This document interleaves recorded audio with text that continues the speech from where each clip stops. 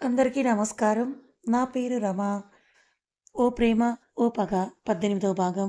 రచయిత హారిక గారు. అర్జున్ నవ్వుతూ మిమ్మల్ని ఎక్కడో చూసినట్టుంది కానీ ఎక్కడనేది గుర్తు రావడం లేదని అంటూ ఉండగా, అప్పుడు గుర్తు వచ్చినా, గుర్తు రాకపోయినా మనకా విషయంతో పని లేదు. అయితే నేను నీతో ఒక ఇంపార్టెంట్ విషయం మాట్లాడాలి. మన లైఫ్‌లకు సంబంధించింది అని అంది సరియు.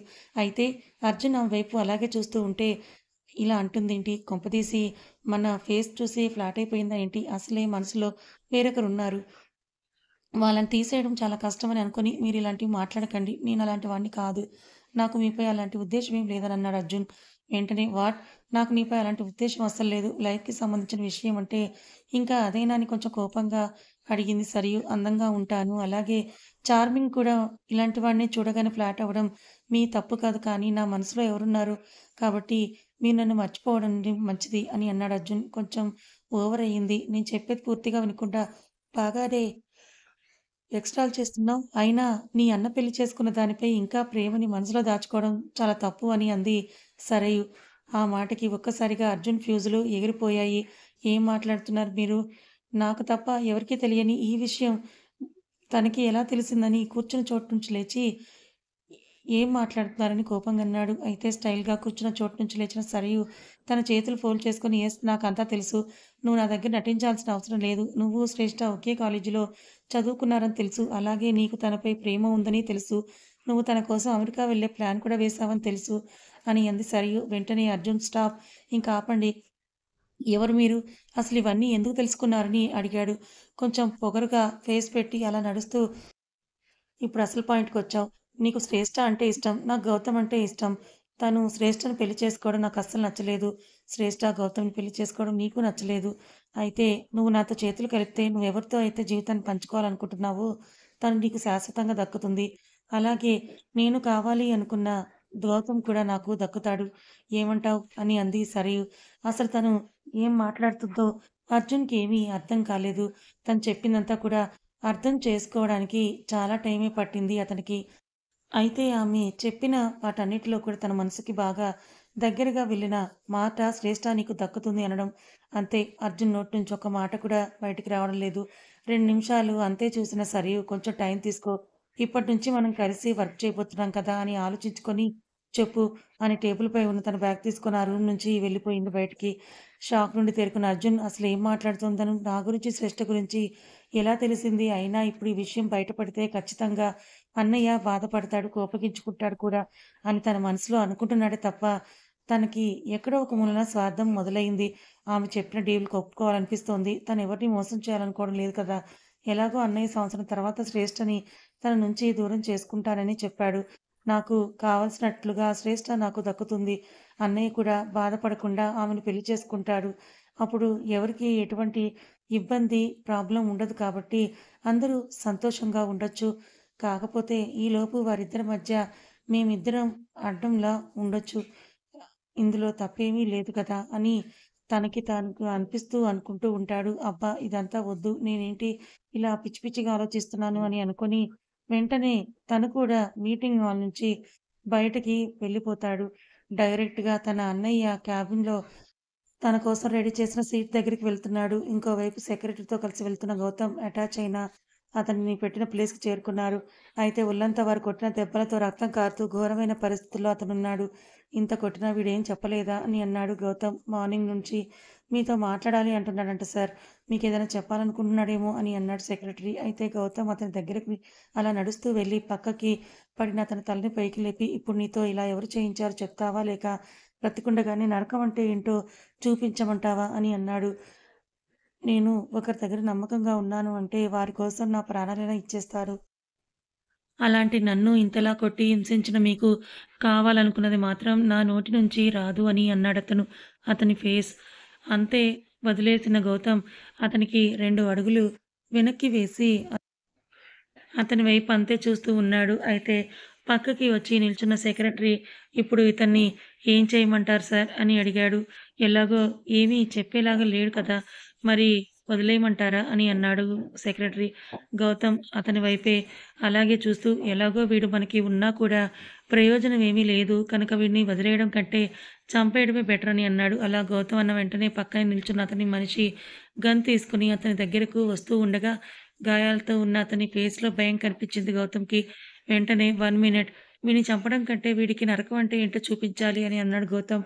అంటే ఏం చేయమంటారు బాస్? అని పక్కనే ఉన్న గార్డ్ అడిగాడు. ఇప్పుడు అతనికి అయిన గాయాలన్నిటికి మందు రాసి కట్లు వేయండి. కడుపు నిండా బలవంతంగా అయినా ఫుడ్ పెట్టండి. ఆ గాయాలు కొద్దిగా మాన్తున్నాయి అనంగా మళ్ళీ వాటిపైన గట్టిగా కొట్టండి. పెయిన్ కిల్లర్స్ మాత్రం అతనికి అస్సలు ఇవ్వకండి. ఫుడ్ పెట్టండి. మందు రాయండి. మళ్ళీ కొట్టండి అని చాలా ఘోరంగా చెప్పాడు గౌతమ్.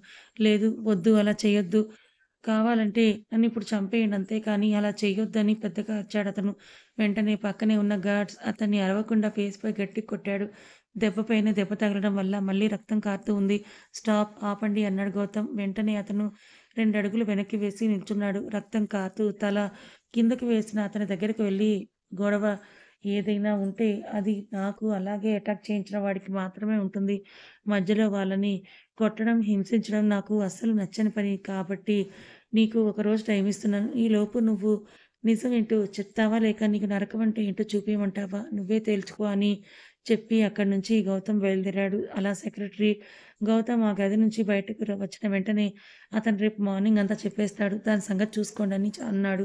గౌతమ్ వైపే అలాగే చూస్తూ ఉన్న సెక్రటరీ ఈయన మామూలు మనిషి కాదు. మాటలతోనే భయపెట్టే నిజాన్ని రాబడతాడు అని తన మనసులో అనుకుంటూ ఉన్నాడు. అయితే అక్కడ క్యాబిన్‌లో లోపలికి వెళ్లి తన సీట్‌లో కూర్చున్న అర్జున్ సరిగ్గా చెప్పిన దాని గురించి ఆలోచిస్తూ ఉన్నాడు. అది తప్పని తన మనసుకి సర్ది చెప్పుకుంటున్నా కూడా శ్రేష్ఠ వైపు చూస్తూ ఉంటే అది తప్పైనా పర్లేదు ఖచ్చితంగా చెయ్యాలి. శ్రేష్ఠని నా సొంతం చేసుకోవాలన్న స్వార్థం అతనిలో చాలా పెరిగిపోతోంది. అయితే కారులో ఇంటికి వెళ్తున్న సరియు తను అర్జున్‌తో మాట్లాడింది గుర్తు చేసుకుంటూ మనసులో నవ్వుకుంటూ నేను చెప్పిన ఈ డీల్ వద్దు అనడానికి వాడి దగ్గర ఆప్షన్ లేదు. ఖచ్చితంగా ఓకే అంటాడు.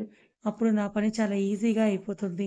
తమ్ముడికి, భార్యకి సంబంధం ఉందని తెలిసిన ఏ మగాడు దానిని దగ్గరకు కూడా రానివ్వడు. అసహ్యించుకుంటాడు. ఎలాగో వాడి మనసు ఆ విషయంలో విరిగిపోయే ఉంటుంది. కాబట్టి మనతో కనెక్ట్ అవ్వడానికి పెద్దగా టైం ఏమీ పట్టదు అని తన మనసులోనే అనుకుంటూ ఉంది. అయితే అదే సమయానికి గాయత్రి దగ్గర నుంచి తనకి కాలొస్తుంది. ఫోన్ వైపు చూసిన సరియు గాయత్రి నెంబర్ చూసి ఫేస్ చిరాగ్గా పెట్టి నాకు ఉన్న టెన్షన్స్ చాలా ఉన్నట్లు ఈమె అమితమైన ప్రేమ ఒకటి అని ఆమెనే చూస్తూనే నాకు ఇరిటేషన్ వచ్చేస్తుంది అని మనసులో అనుకుని చాలా చిరాగ్గా ఫోన్ లిఫ్ట్ చేసి హలో బామ్మ ఏం చేస్తున్నారని ప్రేమగా మాట్లాడినట్టు అనిపించింది. ఏముంది తల్లి నువ్వు వెళ్ళిపోయిన తర్వాత నాకేదో వెల్తీగా అనిపిస్తూ ఉంది. ఇల్లంతా చాలా బోసిగా ఉన్నట్లు అనిపిస్తోంది. తిరిగి ఎప్పుడొస్తావని అంది. ఆమె సరయుకి చాలా కోపం వచ్చింది. పెళ్లి చేస్తా అని నమ్మించి పెళ్లి చేయడం చేత కాలేదు గానీ, ఇవి మాత్రం తక్కువ లేవు మాటలు చెప్పడానికి అని మనసులో అనుకుంటూనే తను ఆ ఇంట్లో ఉన్నన్ని రోజులు నేను ఇక్కడికి రాలేను అమ్మ. తను ఎప్పుడైతే ఆ ఇంటిని వదిలి వెళ్తుందో అప్పుడు ఖచ్చితంగా మీకోసం అక్కడికొస్తానని చెప్పింది సరయు. వెంటనే గాయత్రి నీ కోసమైనా సరే దాన్ని త్వరలోనే పంపించేస్తానని చెప్పింది. సరే నేను కొంచెం పనిలో ఉన్నాను. మళ్ళీ చేస్తానని కాల్ కట్ చేసిన సరయు ఎంత త్వరగా వీలైతే అంత త్వరగా ముందు ఈమెను బదిలించుకోవాలి అని అనుకుంది తన మనసులో. గాయత్రితో మాట్లాడిన అదే చిరాకుతో ఇంటికి వెళ్ళింది సరియు. లోపలికి వెళ్ళిన వెంటనే బ్యాగ్ విసిరి అలా సోఫాలో కూర్చుంది. అయితే అప్పుడే అక్కడికొచ్చిన శారద "ఏమైందే? ఎందుకలా ఉన్నావు?" అని అడిగింది. "ఏమైందేంటి మమ్మీ, ఈరోజు తనతో మాట్లాడదామని వెళ్తే కనీసం మీటింగ్ కూడా రాలేదు. నేను ఎంత దగ్గరగా వెళ్ళాలని చూస్తూ ఉంటే నాకు అంత దూరంగా వెళ్ళిపోతున్నాడు తను. చాలా చిరాకుగా ఉంది. ఇంకోవైపు నుండి వాళ్ళ నానమ్మ, ఆమె మాటలు, ఆమె అధిక ప్రేమ తట్టుకోలేకపోతున్నాను. అసలు ఆమె నన్ను ఎందుకు తన ఇంటి కోడలు చేసుకోవాలనుకుంటుందో కూడా అర్థం కావడం లేదు. అసలే నాకు ముసలి వాళ్ళన్నా, వాళ్ళ చాదస్తపు మాటలన్నా అస్సలు నచ్చదు. అలాంటిది ఈమెని భరించడం చాలా కష్టంగా ఉంది అని అంది సరియు. ఎంత కష్టంగా ఉన్నా కూడా తప్పదు. నువ్వు ఆ ఇంట్లోకి వెళ్ళడానికి మెయిన్ డోర్ ఆమె. కాబట్టి ఎంత వీలైతే అంత త్వరగా నువ్వు ఆమెకు ఉండాలి అనుగుణంగా అని అంది శారద.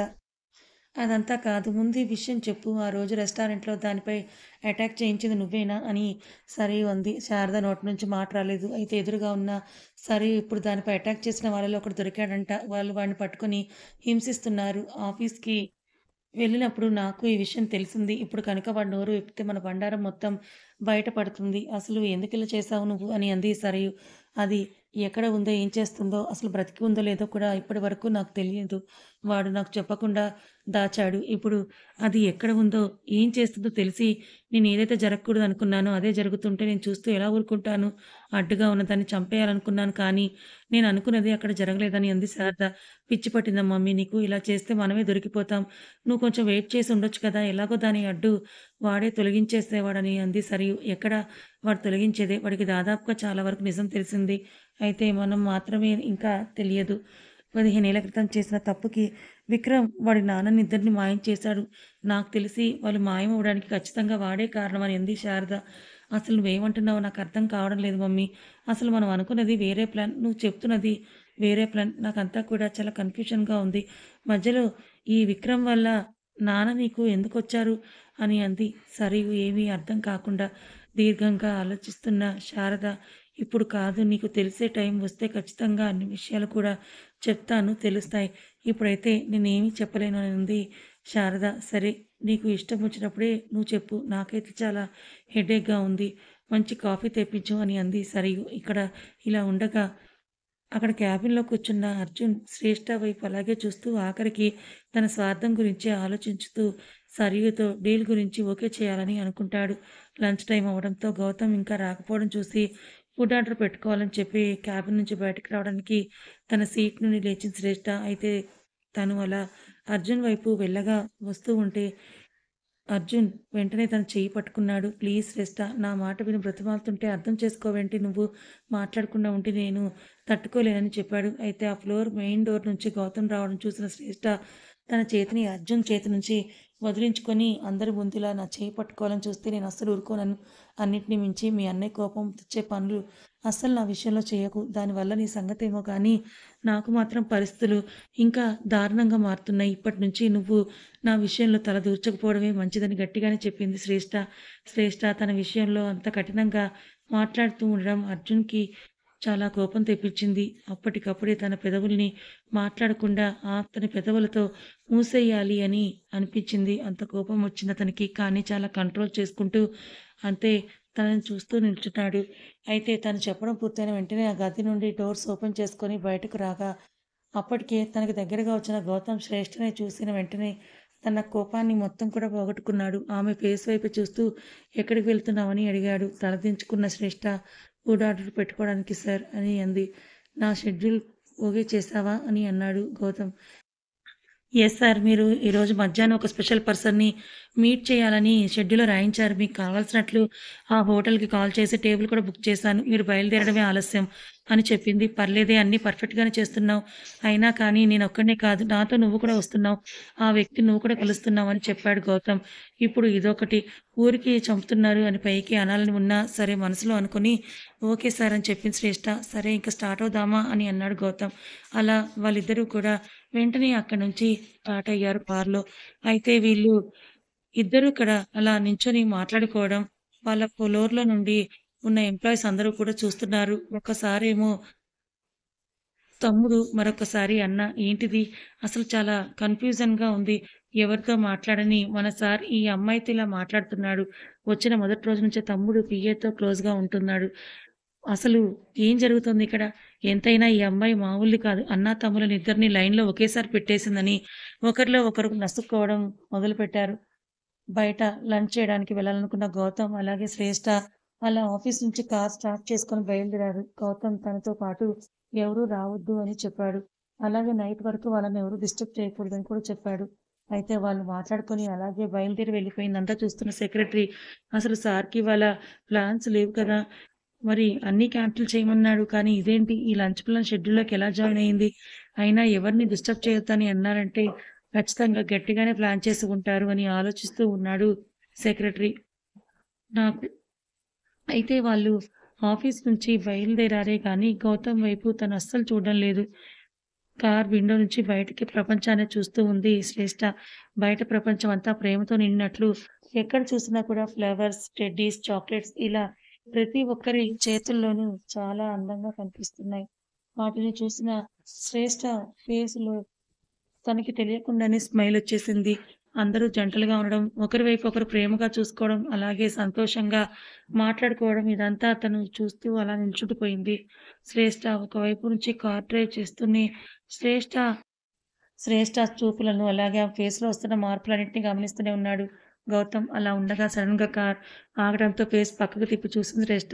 "కార్ దిగు" అంటూ గౌతమ్ తన వైపు నుంచి డోర్ ఓపెన్ చేసుకొని బయటికి వెళ్ళాడు.